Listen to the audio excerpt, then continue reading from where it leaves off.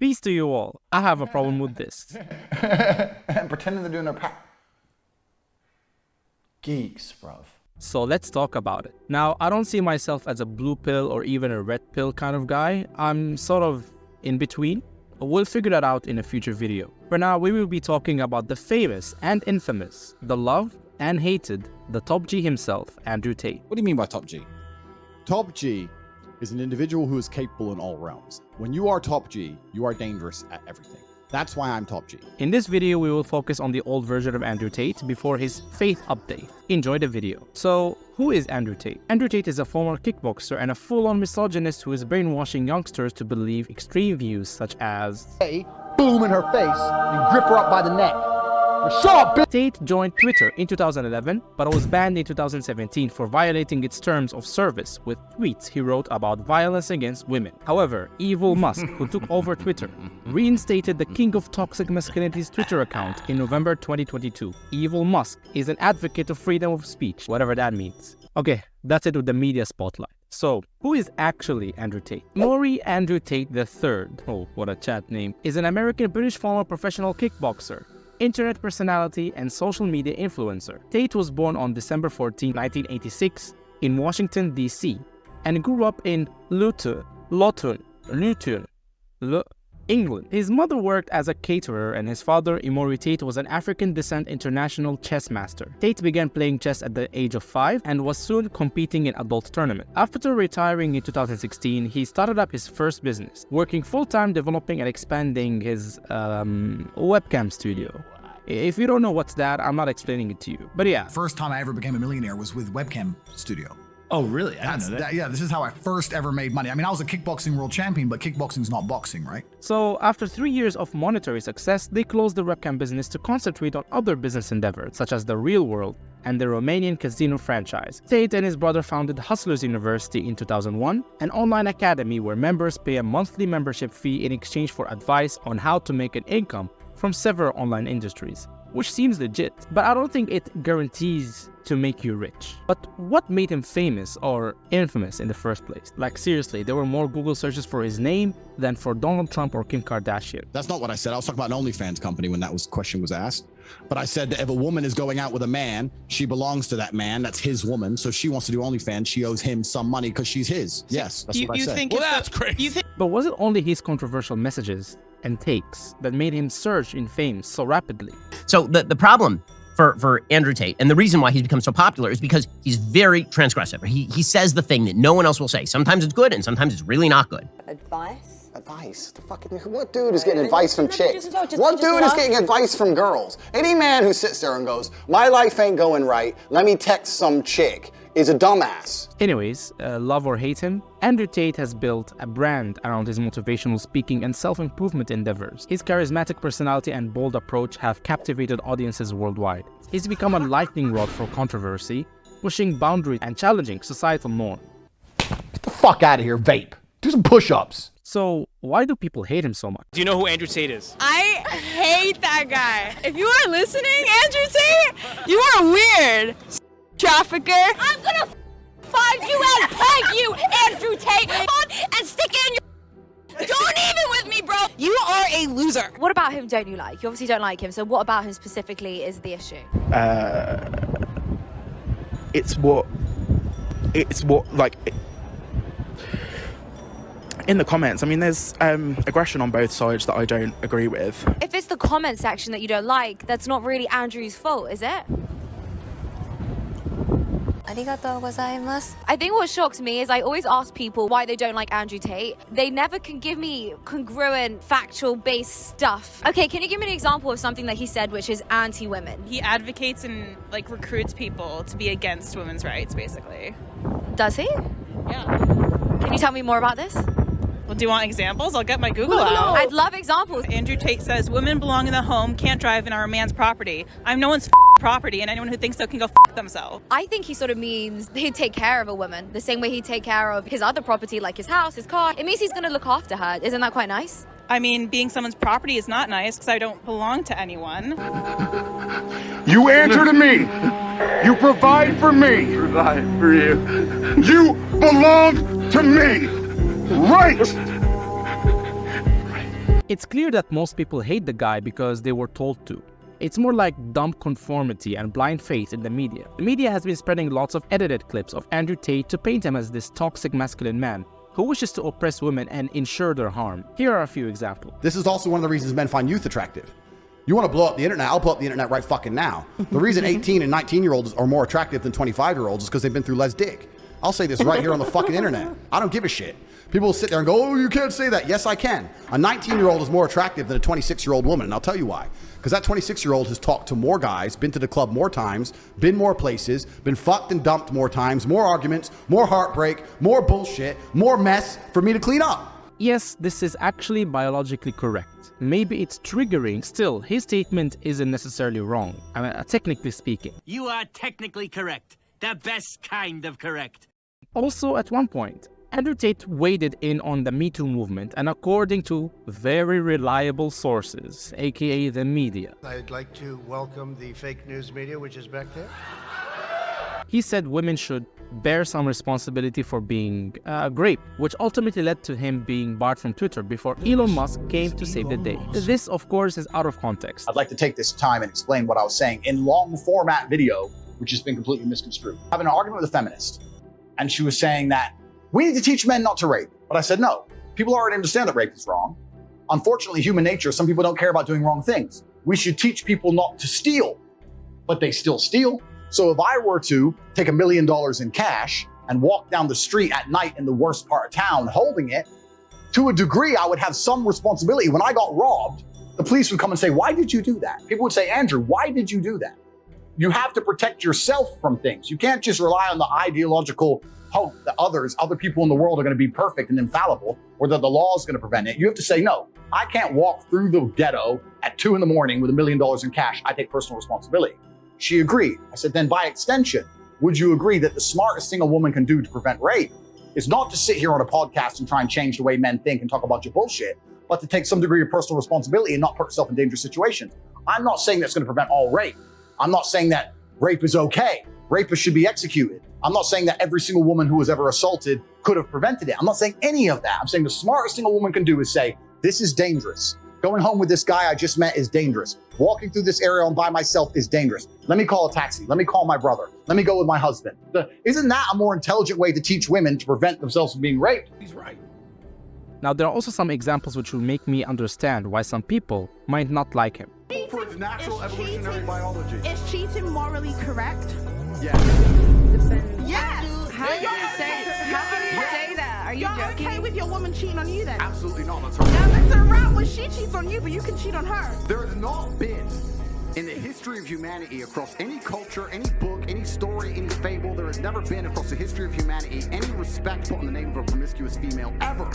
Ever. You name the biggest conquerors that you can possibly name from history. Genghis Khan, Alexander the Great, all of them. They all had 100 wives, a bunch of children, Big G, conquered the world. Normal. That is normal evolutionary biology. That's how men are designed to be. He's out of line, but he's right. A man can only cheat if he loves someone else. If I have a woman who I truly love, and I go out and fuck, and I come back to her, and I don't care about her, and I only love my girl, that's not cheating. That's exercise. If she even talks to a dude, it's cheating. What the fuck? I don't agree with this point. Cheating is not justified at all, so I cannot agree with him on that. But would this make me hate him? No, it's just an opinion, and I respect his expression of his opinion. It doesn't harm anyone. Of course, there are also those who love Andrew Tate and look up to him, but when the media presents him in such a negative light, what is so good about this man that makes people like him so much? Why do you think Andrew is important for men? Not a lot of people out there that talking like for like the guys and stuff. Do you get what I'm trying to say? Like there, so I feel like him talking like it's changing a lot of guys' life. Has Andrew changed your life? Yeah, I've made me like think of a way to make money online, like digital marketing and stuff, you know. I like his forwardness, and I like that he's trying to get people out of the matrix, and I like the fact that he's trying to show or remind men about masculinity, because it's really dying out in today's world. I just woke up. How'd you sleep?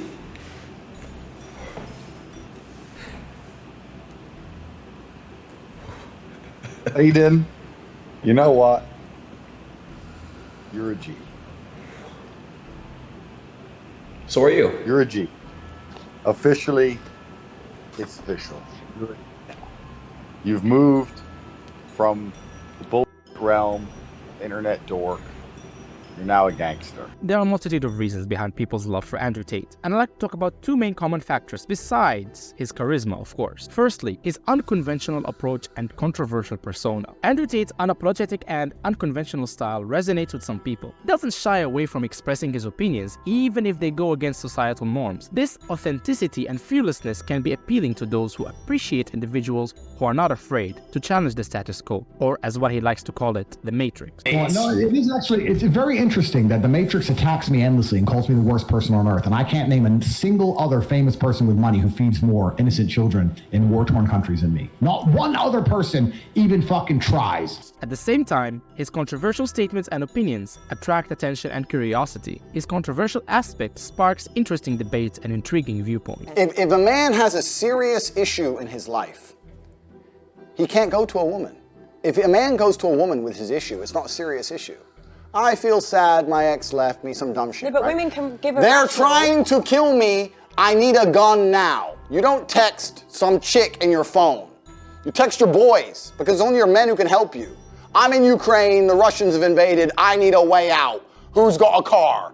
Oh, Cheyenne's coming. Peugeot 206, get fucked. Secondly, his motivational content and confidence. Andrew Tate shares motivational content and encourages personal development and growth. He exudes confidence and self-belief in his endeavors, and his no-nonsense attitude and direct approach to self-improvement inspires and motivates individuals who are seeking guidance and a push to achieve their goal, especially young men and boys who feel lost and hurt in today's society. A society that tells men that they are always at fault, despite breaking their backs to put food on the table. Andrew Tate is looked up to as a role model for cultivating self-confidence for the younger generation. Despite all that, I have a problem with Andrew Tate. In all honesty, I don't hate Andrew Tate. There are just things I don't agree with, one of which the aforementioned men can cheat part. But also, secondly, despite his great speaking capability and intelligence, I wish he could phrase things a bit more appropriately and clearly. Now, some part of me assumes that he speaks in such a controversial manner as a strategy to get viral. Leave me the fuck alone. Don't like my videos, don't watch them. Yeah, they're all over the internet because I'm a bad boy. Andrew, you need to be more misogynistic. This woman just spilled my coffee. Bitch! Bitch! Bring some paper towels! We're doing a fucking podcast!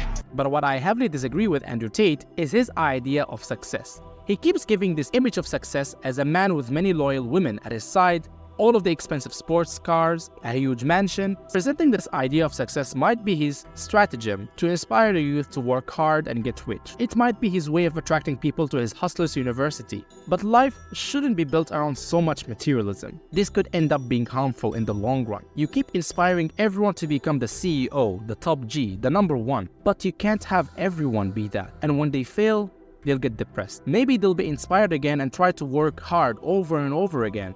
But people won't be content with such lifestyle.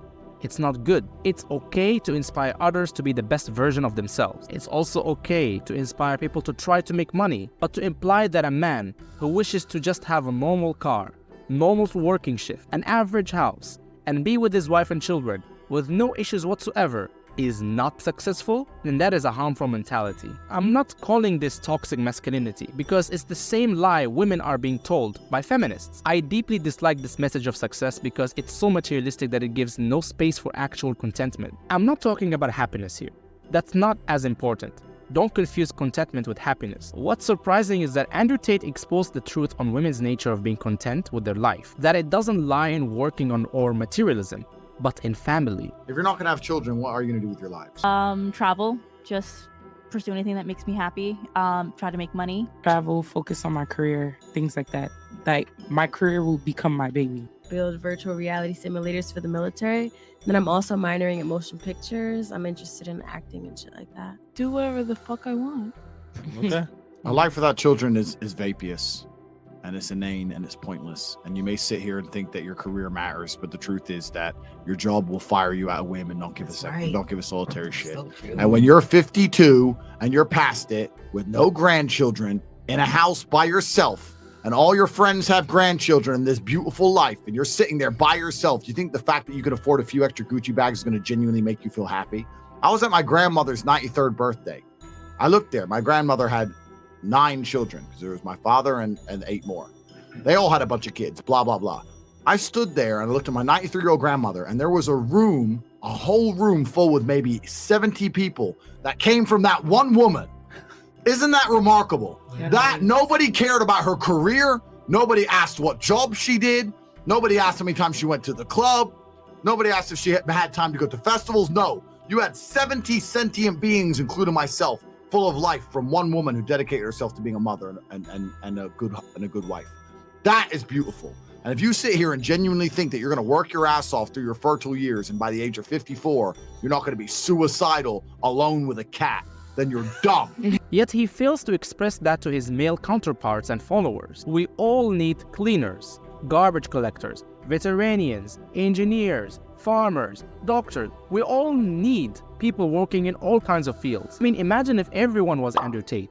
It's not possible, but if it were to happen, the world would stop functioning. Success is arbitrary.